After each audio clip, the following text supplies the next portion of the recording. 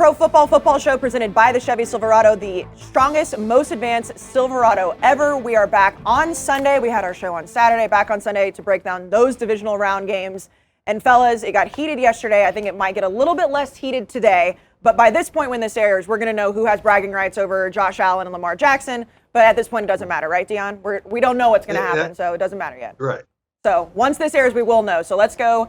We'll just go to the next game because I feel like this is going to be a little contentious too. The Cleveland Browns at the Kansas City Chiefs. The Chiefs obviously coming off the bye. Now Baker Mayfield last week stunning everybody. They absolutely killed the worst team or best team in the country in the Steelers. Dan, I'm going to start with you because I know you're a Baker guy. So I'm going to let you start with this. No, I actually will start with Deion. Deion, do you think Baker will be the starting quarterback for the Browns next year? Deion was calling for his head last week. They just won their first playoff game in 20 years. I wasn't by myself calling for his head. Trust me. On this show, you were. People back there. No, on this show, I was. Okay, so what do you say now? Because Baker won their first playoff game in forever. I'm saying that running game was unbelievable. They ran the heck out of the ball. They ran it so good. They handed it to the referee flat. They ran the air at that thing, and that's the same game plan they're going to have this week. It's no way you're going to be able to incorporate that same thing with the Chiefs because the Chiefs are going to score. I love the game plan, though, if you can run it. But this is the problem. Your defense got to ball out because you got to stop them from scoring. To be able to run the ball to keep them off the field, you got to stop them from scoring, and I don't think the Browns can. I'm certainly, just like you guys are going to pick the Chiefs, I'm picking the Chiefs. So, but just to clarify, regardless of this outcome, Baker Mayfield's job is safe next year? Yep. Okay, all right. There we go. We made progress. You made some progress. What now? And every time they win and put up 50, does Odell sit there and be like, ugh? No, he's like, hey man, that's good. Hey, it's good. I'm happy for my guy. Yeah. All right. He did say, I like Kansas City, but I like Kansas City. What? He thinks you should text him. I don't have his number. I said we're acquaintances. I like. I like the Chiefs here, but I think it's going to be close. I mean, so across the board, it's going to be the Chiefs. But how impressive was the win against the Browns last week? Because I mean, the Steelers were just absolute garbage. I can't tell. The Steelers have been playing badly, and that was like a game where it's the uniforms were why people thought was going to happen. It's like Steelers versus the same old Browns. But they're not. The Browns are just the better team. It shouldn't have surprising. We'll look back in the annals of time and say that was one of the easiest bets ever. Deion, as a head coach, does it make any difference that Kevin Stefanski is going to be back on the sidelines this week? Not whatsoever. Not whatsoever. He watched it from his basement alone last week. As a head coach, you know what I'm thinking about right now? What am I going to do with Big Ben next year? That's what I'm thinking. Like, which way am I going to go? Am I going to ask for some money back to help insulate the team a little farther? Or what am I going to do? Because that wasn't a good ending for Big Ben. No, he was crying. I mean, he knew how bad it was. No, forget that. Forget the tears. I don't want to see no tears if you got the bucket. I want you to cry during the game. That's what I want to see, the tears, not after the game. All right, so we're taking the Chiefs across the board here. Let's go to a very interesting game, the Bucs versus the Saints, Breeze versus Brady for the billionth time, it feels like. Now, Dave, I know you are a Tom Brady guy, even though Aaron Rodgers is your best friend. The Saints have won both games this season. What are you thinking about Tom Brady? Well, first of all, the stat. I thought, didn't Washington lose by 8, not 2? Yeah, they lost by 8. Yeah, they lost by 8. So it's just this bad stats. I'll overcome. Listen, I like Tom. Obviously, he's given me a lot, but the Saints, I think, are my Super Bowl pick. I think they win this game. I think they cover the 3.5. I could see them. I like the Saints. I'm excited to watch this game. Two, obviously, Hall of Famers, two unbelievable players, but I think the Saints are overall the better team, and I'm going to take the Saints. Dan, what do you think? I'm taking the Bucs. I actually think, what? What was Deion that? Did not like that. I'm not a believer in the Saints. I think the Saints defense is kind of they're very good, but they also have had times where they've looked pedestrian. Drew Brees can't push the ball downfield, makes it a lot easier to defend. Their offense hasn't been clicking down the stretch, whereas the Bucs offense has been.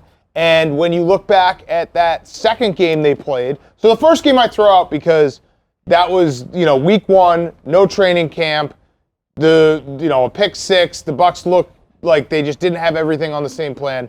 The second game, Ali Marpet goes out, one of the best guards in the NFL. Obviously, Tom Brady, we all know, like, pressure up the middle bothers him, bothers every quarterback.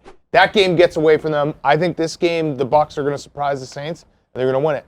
Dan, do you think a lot of people are making too much of how close the game against the football team was with the Bucs? No, because if you watch that game, there was never a moment where I thought the Bucs were going to lose the game. There's a difference between close and, like, nervousness that it just never felt. The Bucs were always in control of that game. Yeah, they probably could have won by more, and they didn't. But I was never sitting there being like, "Ooh, this is close. We could see, whatever could happen here." Like the Bills-Colts game, the Colts could have won that game. Mm-hmm. Absolutely, without a doubt, they could have won that game. Billy Rivers. The Washington football team. Billy Rivers. Yeah, Billy Bucs Rivers. game. Yeah. There was never a chance that the Washington football team was going to win that game. All right, Deion. This Breeze, Brady. may be the best game in the playoffs because of the quarterbacks matchup, because of the history of these two teams.